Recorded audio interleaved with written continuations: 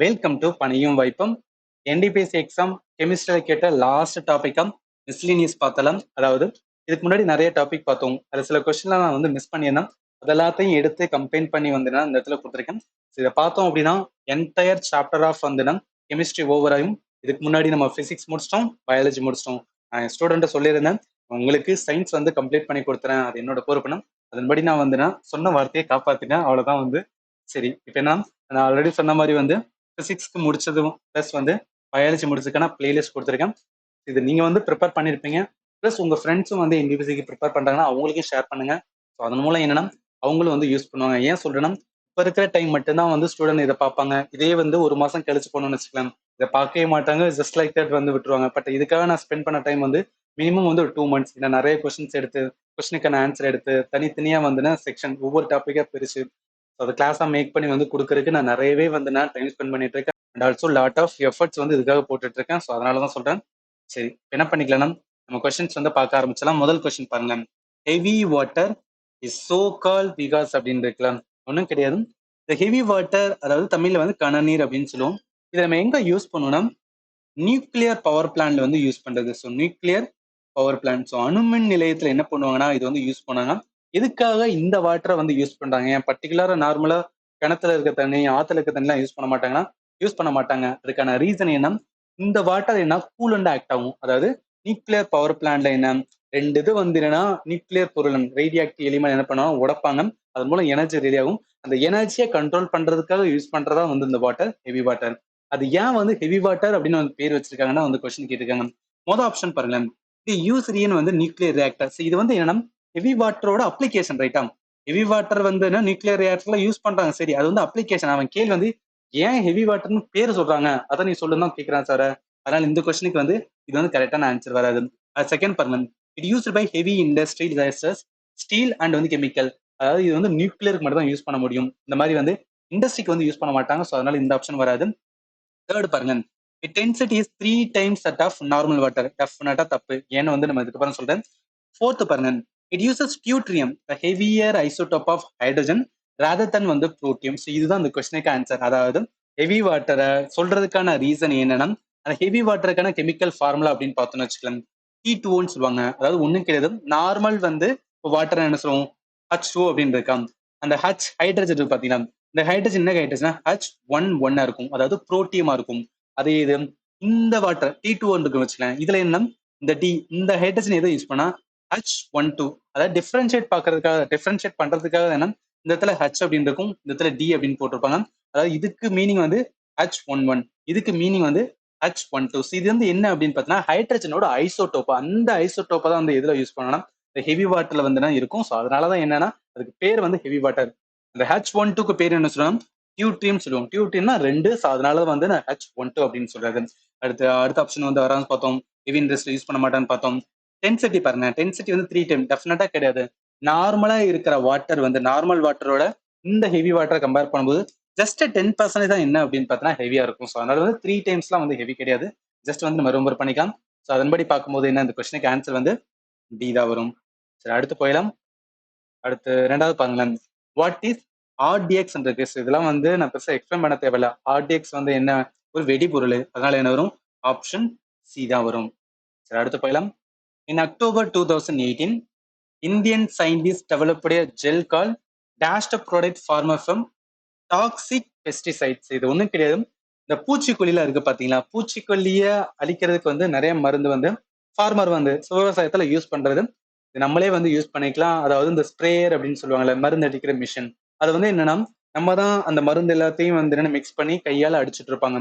அப்படி கையால அடிக்கும் போது என்ன அப்படின்னு பாத்தீங்கன்னா அது ரொம்ப டாக்ஸிக்கான பெஸ்டிசைட், ரொம்ப நச்சு வாய்ந்த உச்சிக்கொல்லியா இருந்துச்சுன்னா என்ன ஆகும் அப்படின்னு பாத்தீங்கன்னா அது நிறைய ஃபார்மருக்கு வந்து என்னன்னா ஹெல்த் இஷ்யூ வர ஆரம்பிச்சுதான். அந்த ஹெல்த் இஷ்யூ வரக்கூடாதுன்னு சொல்லி தான் வந்து என்ன இந்தியன் சயின்டிஸ்ட் வந்து ஒரு ஜெல்ல வந்து டெவலப் பண்ணிருப்பாங்க. அந்த ஜெல் வந்து என்ன, எதனால, அதாவது ஜெல் மேடப் ஆஃப் என்ன அப்படின்னா இந்த கொஸ்டின் வந்து கேட்டிருக்காங்க. இந்த கொஸ்டினுக்கு ஆன்சர் என்ன வேணும், பாலி ஆக்சிமி அப்படின்னு சொல்லுவாங்க. இந்த ஜெல்ல மட்டும் வந்து அவங்க தேய்ச்சிக்கிட்டானா, விவசாயிகள் வந்து தேய்ச்சிக்கிட்டாங்க என்ன ஆகுதுன்னு பார்த்தீங்கன்னா இந்த டாக்ஸிக்கான பெஸ்டிசைடு வந்து அவங்களுக்கு உள்ள போகாது. ஸோ அதன் மூலம் என்ன அவங்களோட ஸ்கின்னு இன்டர்னல் ஆர்கன்ஸ் உள்ள போறதை வந்து தடுக்க முடியும்னு சொல்லிட்டு இது வந்து கண்டுபிடிச்சிருப்பாங்க. ஜஸ்ட் வந்து என்னன்னு மட்டும் தெரிஞ்சுக்கலாம். இது வந்து கான்செப்ட் நம்ம ஸ்கூல்ல இருக்கிற புக்ல எங்கேயும் மென்ஷன் பண்ணல. ஜஸ்ட் வந்து ரேண்டமா எடுத்திருக்காங்க, என்னன்னு மட்டும் ரிமெம்பர் பண்ணிக்கலாம். ஸோ பாலி வந்து ஆப்ஷன் தான் இந்த கொஸ்டினுக்கான கரெக்ட் ஆன்சர். சரி, அடுத்து ஃபோர்த் பாருங்க. The force of attractions applied between molecule of the same substance is called அப்படின்னு இருக்குல்ல. ஸோ இந்த கொஸ்டினுக்கு ஆன்சர் வந்து என்னன்னா கொகசிவ் ஃபோர்ஸ் அப்படின்னு சொல்றாங்க. அதாவது ஒரு சப்ஸ்டன்ஸ் சேமான சப்ஸ்டன்ஸ் என்ன, ஃபார் எக்ஸாம்பிள் கார்பன் அப்படின்னு எடுக்கணும்னு வச்சுக்கலாம். அந்த கார்பனுக்குள்ள என்ன இருக்கும், கார்பனோட ஆட்டம்ஸ் இருக்கும். அந்த ஆட்டம் எல்லாமே ஒரு பிணைப்புல இருக்கும் பாத்தீங்கன்னா. அந்த பிணைப்புல இருக்கிற, அதாவது பிணைப்புல இருக்கிற என்ன, அதுக்கு வந்து ஏதோ ஒரு ஃபோர்ஸ் ஆஃப் அட்ராக்ஷன் இருக்கு. அந்த ஃபோர்ஸ் ஆஃப் அட்ராக்ஷனுக்கு பேர் என்ன சொல்லணும், கொகசிவ் ஃபோர்ஸ் அப்படின்னு சொல்றாங்க. மிச்சம் இருக்கிற வந்து கேபிலரிட்டி, சர்ஃபேஸ் டென்ஷன், அட்ஹெசிவ் ஃபோர்ஸ், இதெல்லாம் என்னன்னு சொல்லிட்டு வந்து ஜஸ்ட் வந்து பாத்துக்கலாம். நீங்க நல்லா கவனிங்க, இது வந்து டீச்சரா கொடுத்துருக்கேன். அதாவது இந்த ரெட் கலர்ல இருக்குல்ல, ஸோ ரெட் கலர் இருக்குன்னா இது வந்து ஆட்டம், இது ஆட்டம். இது வந்து ஒன் மாலிகுல்ல இருக்கிற, அதாவது கார்பனுக்குள்ள இருக்கிற வந்து ஆட்டம். ஒரே சப்ஸ்டன்ஸ்குள்ள அதுகிட்ட இருக்கிற வந்து அந்த ஃபோர்ஸ் ரெண்டே பிடிச்சிக்கிட்டு இருக்கு பாத்தீங்களா, இதை என்ன சொல்லலாம், கொகஷன் அப்படின்னு சொல்லுவாங்க. இப்ப அதேஷன் மீன்ஸ் வந்து என்னன்னா வேற வேற, அதாவது இப்ப கார்பனுக்கும் ஆக்சிஜனுக்கும் ரெண்டுக்கு வந்து என்ன அப்படின்னு பாத்தீங்கன்னா ஒரு பிணைப்பு இருக்குன்னு வச்சுக்கோங்க. இதுல இருக்கிற ஆட்டமும் இதுல இருக்கிற ஆட்டமும் வந்து என்ன அப்படின்னு பாத்தீங்கன்னா ஒரு ஃபோர்ஸ் வந்து கொடுத்துருக்கும். ஸோ அந்த மாதிரி இருக்கிறத என்ன சொல்லுவாங்க அப்படின்னா adhesion force சொல்லுவாங்க. இங்க இருக்கு பாருங்க, adhesive force it's a force, attractive force between the molecule of different substance. So வேற வேற சப்ஸ்டன்ஸோட வந்து அந்த இருக்க அதுக்குள்ள இருக்கிற மாலிகல்ஸ் ஆட்டம் வந்து என்ன பண்ணுவோம்னா ஒரு ஃபோர்ஸை வந்து கிரியேட் பண்ணுச்சு அப்படின்னா அதுதான் என்ன சொன்னா adhesive force. அடுத்து இந்த கேபிலாரிட்டி அப்படின்றது பாத்தீங்கன்னா இது ஒண்ணும் கிடையாது. இப்போ மரம் செடியெல்லாம் இருக்குல்ல, ஃபார் எக்ஸாம்பிள் சும்மா இது புரிஞ்சுக்கிறதுக்காக சொல்றேன். ஒரு செடி இருக்குன்னா இப்ப தரையில தான் வந்து என்ன அப்படின்னு பாத்தீங்கன்னா வேர் இருக்கும். ஸோ அந்த வேர் மூலம் தான் என்ன அப்படின்னு பாத்தீங்கன்னா நீரை வந்து கடத்தும். இப்ப நீர் வந்து மேல போகுதுன்னு வச்சுக்கலாம். ஸோ மேல போகுதுன்னா என்ன மீனிங், கிராவிட்டி இந்த சைடு தான் இருக்கும், இழுக்கும், மேல இருந்து இழுக்கும். ஆனால் கிராவிட்டி தாண்டி என்ன அப்படின்னு பாத்தீங்கன்னா அந்த தண்ணி என்னன்னா இந்த செடியோட எல்லா பகுதிக்கும் வந்து கொண்டு போகும். அப்படி கிராவிட்டிக்கு அகைன்ஸ்டா வந்து இந்த மாதிரி போகுது பாத்தீங்கன்னா இதை என்ன சொல்லணும், கேபிலாரிட்டி அப்படின்னு சொல்லுவாங்க. இந்த சர்ஃபேஸ் டென்ஷன் இருக்கு பாத்தீங்கன்னா இது ஒண்ணு கிடையாது. இந்த தண்ணி மேல எல்லாம் பாத்தீங்கன்னா சில பூச்சிகள்லாம் வந்து நின்று இருக்குல்ல, குளத்துல எங்க பார்த்தோம்னா சில பூச்சிகளை வந்து தண்ணி மேல நின்றுட்டு இருக்கும். அதுக்கு ரீசன் பாத்தீங்கன்னா சர்ஃபேஸ் டென்ஷன் அப்படின்னு சொல்லுவாங்க. ஒண்ணும் கிடையாது, சர்ஃபேஸ் டென்ஷன் தான். இப்ப தண்ணி தான் வந்து லிக்விட் ஐட்டம். அந்த லிக்விடோட மேற்பரப்புல பார்க்கும்போது என்ன ஒரு தின்னான வந்து ஷீட் போல இருக்குன்னு சொல்லுவாங்க. ஷீட் போல இருக்கிறதுக்கான ரீசன் வந்து சர்ஃபேஸ் டென்ஷன். அதாவது ஒரு ஃபோர்ஸை வந்து என்ன அந்த சர்ஃபேஸ் அதோட மேற்பகுதியில வந்து கிரியேட் பண்ணும். எந்த ஒரு லிக்விடா இருந்தாலும் அந்த மாதிரி கிரியேட் பண்ண சொல்லுவாங்க. அதுதான் வந்து சர்ஃபேஸ் டென்ஷன். ஸோ அதை வச்சு சொல்லும்போது என்ன, இந்த கேள்விக்கு ஆன்சர் வந்து என்ன, கொகசிவ் ஃபோர்ஸ், கேபிலாரிட்டி என்ன, சர்ஃபேஸ் டென்ஷன் என்ன, adhesive ஃபோர்ஸ், இது எல்லாமே கான்செப்ட் ஓரியன்றது ரொம்ப ரொம்ப இம்பார்ட்டன்ட், நீங்க வந்து தெரிஞ்சுக்கணும். சரி, அடுத்து போயிடலாம். அடுத்து வந்து பாருங்க, ஸோ ஜஸ்ட் ஒரு ஃபேக்டான கொஸ்டின்.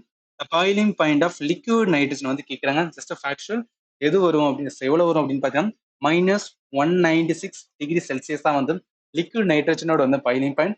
அதனால இந்த கொஸ்டினுக்கு ஆன்சர் வந்து சீதா வரும். சரி, அடுத்து 6 பாருங்களேன். A flame is made up of வந்து 3 parts. Innermost part, middle part and வந்து outermost part. Why is the innermost part வந்து பிளாக்கா இருக்கும், அதான் வந்து கேட்டிருக்காங்க. இதுக்கு ரீசன் வந்து என்னன்னா நல்லா கவனிக்கலாம். இதான் வந்து ஒன்று எரிஞ்சுக்கிட்டு இருக்கணும். அந்த எரிஞ்சுக்கிட்டு இருக்கிற இடத்துல நடுவில் பாருங்களேன், இதான் வந்து இன்னர் மோஸ்ட் பார்ட். இது எரியும் போது நல்லா கவனிச்சீங்கன்னா இந்த இடத்துல கருப்பு கலரா இருக்கும்.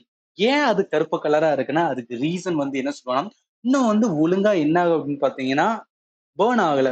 அதாவது எல்லாமே எரியல, அங்கங்க வந்து என்னன்னா எரியாம இருக்கு. ஸோ அதுக்காக தான் என்னன்னா அது வந்து பிளாக் கலர்ல இருக்கும். மிடில் பார்ட் வந்து எல்லோ கலர் இருக்கும். அவுட்டர் பார்ட் வந்து இந்த சைடா பாத்தீங்கன்னு வச்சுக்கலாம் ப்ளூ கலர் இருக்கும். இந்த ப்ளூக்கான மீனிங் என்ன, அது கம்ப்ளீட்டா என்ன ஆயிருச்சு அப்படின்னா எரிஞ்சிருச்சு. அதுக்கான மீனிங் தான் வந்து ஆகும். ஸோ அதனால என்ன, இந்த கொஸ்டினுக்கு ஆன்சர் வந்து என்ன வரும் அப்படின்னு பார்த்தா அவன் கேட்கறது வந்து இன்னர் மோஸ்ட் பார்ட் வந்து ஏன் பிளாக் கலர்ல இருக்கு அப்படின்னா பிகாஸ் வந்து கம்ப்ளீட்டா வந்து என்னன்னா எரியல. ஸோ அதனால என்ன சொல்லலாம், incomplete composition of the fuel தான் வந்து அதுக்கான ரீசன். அதனால இந்த கொஸ்டினுக்கு ஆன்சர் வந்து சீதா வரும். சரி, அடுத்து செவன்த் பாருங்களேன். Which one of the following atom green house gas. இதெல்லாம் வந்து ரொம்ப ரொம்ப ரொம்ப ரொம்ப ஈஸி பிளஸ் வந்து கான்செப்ட் தான். இது ஜாகிரபிலுமே வந்து லேர்ன் பண்ணிருப்போம். ஸோ கிரீன் கவுஸ் கேஸ் அப்படின்னு வச்சுக்கலாம். இது மட்டும் ஆத்தர் வச்சுக்கலாம். CO2, methane, CFC, ozone, nitrous oxides, இதெல்லாம் தான் வந்து மேஜரான கிரீன் கவுஸ் கேஸ் அப்படின்னு சொல்லுவாங்க. இதை வச்சு பார்க்கும்போது என்னங்க பாருங்க, மீத்தேன் இருந்தது, அடுத்து கார்பன் டை ஆக்சைடுமே இருந்தது, ஆக்சிஜன் டெஃபினட்டா வராது. ஆக்சிஜன் வந்து கிரீன் கவுஸ் கேஸ் கிடையாது, அது வந்து நம்ம சுவாசிக்கிறது. அது எப்படி வந்து கிரீன் கவுஸ் கேஸா சொல்லுவோம்.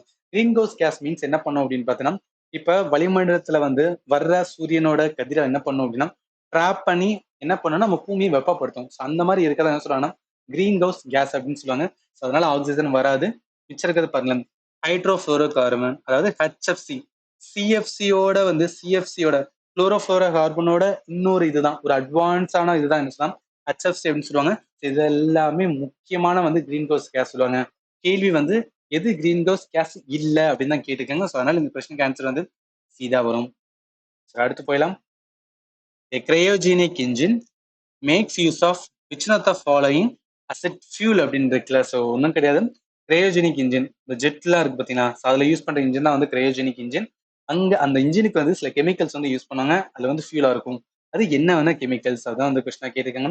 இந்த கொஸ்டினுக்கு ஆன்சர் வந்து லிக்விட் ஆக்சிஜன் பிளஸ் வந்து லிக்விட் ஹைட்ரஜன்ஸ், இது ரெண்டு தான் என்னன்னா ஃபியூலை யூஸ் பண்ணாங்க. ஆக்சிஜன் வந்து ஆக்சிடைசராகவும், லிக்விட் ஹைட்ரஜன் வந்து ஃபியூலாக வந்து ஆக்ட் ஆகும். ஸோ அதனால இந்த கொஸ்டினுக்கு ஆன்சர் வந்து லிக்விட் வந்துன்னா ஆக்சிஜன் அண்ட் வந்து லிக்விட் ஹைட்ரஜன். அதனால ஆப்ஷன் வந்து ஏ தான் அந்த கொஸ்டினுக்கான கரெக்ட் ஆன்சர். அடுத்து போயலாம். இந்த கொஸ்டினோட லாஸ்ட், அதாவது இந்த இதோட லாஸ்ட் அப்படின்னு பார்த்தோம்னா, what to do the letter NPK on fertilizer bag indicate. So NPK வந்து ஃபெர்டிலைசர் என்ன சொல்லுவோம், நைட்ரஜன், பாஸ்பரஸ் அண்ட் வந்து potassium. So nitrogen, phosphorus, potassium option பில இருக்கு. ரொம்ப பேசிக்கானதான். இது வந்து மிஸ்லீனியஸா வந்து நிறைய இது வந்து விட்டுறேன், அதனால வந்து கம்பைன் பண்ணி இந்த இடத்துல கொடுத்துருக்கேன். இதோட வந்து இந்த சீரிஸ் வந்து எண்ட் ஆகுது. உங்களுக்கு ஏதாவது டவுட் இருந்துச்சுன்னா இந்த வீடியோட கமெண்ட் செக்ஷன்ல மென்ஷன் பண்ணுங்க. அண்ட் ஃபைனலி தேங்க்யூ ஃபார் வாட்சிங் and have a nice day.